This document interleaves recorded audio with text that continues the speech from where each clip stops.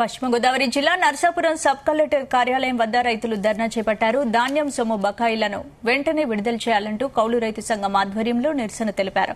గత ప్రభుత్వం రైతుల నుంచి కొనుగోలు చేసిన ధాన్యానికి ఇంతవరకు సొమ్ము చెల్లించకపోవడంతో రైతులు ఆర్థికంగా ఇబ్బందులు పడుతున్నారని ఆవేదన వ్యక్తం చేశారు. తక్షణమే ధాన్యం డబ్బులు విడుదల చేయాలని డిమాండ్ చేశారు. అనంతరం ఆర్టీఓ అంబరీష్ కు వినతి పత్రం అందించారు.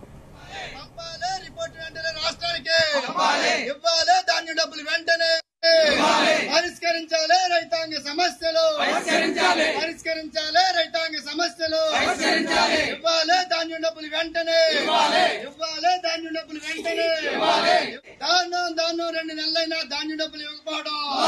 ఈరోజు జిల్లాలో రావాల్సినటువంటి ధాన్యం బకాయిలు ఏవైతే ఉన్నాయో ఈ ధాన్యం డబ్బులు తక్షణమే ప్రభుత్వం విడుదల చేయాలని డిమాండ్ చేస్తూ ఆంధ్రప్రదేశ్ రైతు కౌలు సంఘాల తరఫున నర్సాపురం సబ్ కలెక్టర్ వద్ద ఈ రైతులతోటి ధర్నా చేయడం జరుగుతుంది. ఈ రోజున జిల్లాలో రైతుల పరిస్థితి చాలా దారుణంగా ఉంది. ఎందుకంటే గత సార్వ పంట అందరికీ తెలుసు, తీవ్రంగా నష్టపోయారు. అయినా కోటి ఆశలతో మళ్లీ అప్పులు తెచ్చి పెట్టుబడి పెట్టి దాళవ పంట ఊడ్చారు. మరి ఈ దాళవ పంట మాసూలయ్యి ఈ ధాన్యం ప్రభుత్వానికి అమ్మి 2 నెలలు గడుస్తుంది.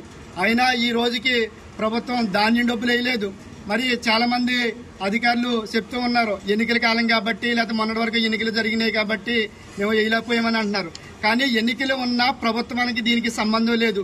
సివిల్ సప్లై కార్పొరేషన్ అనేది రైతుల కోసం, రైతుల ఈ ధాన్యం లావాదేవీల కోసం స్వతంత్రంగా ఏర్పాటు చేసింది.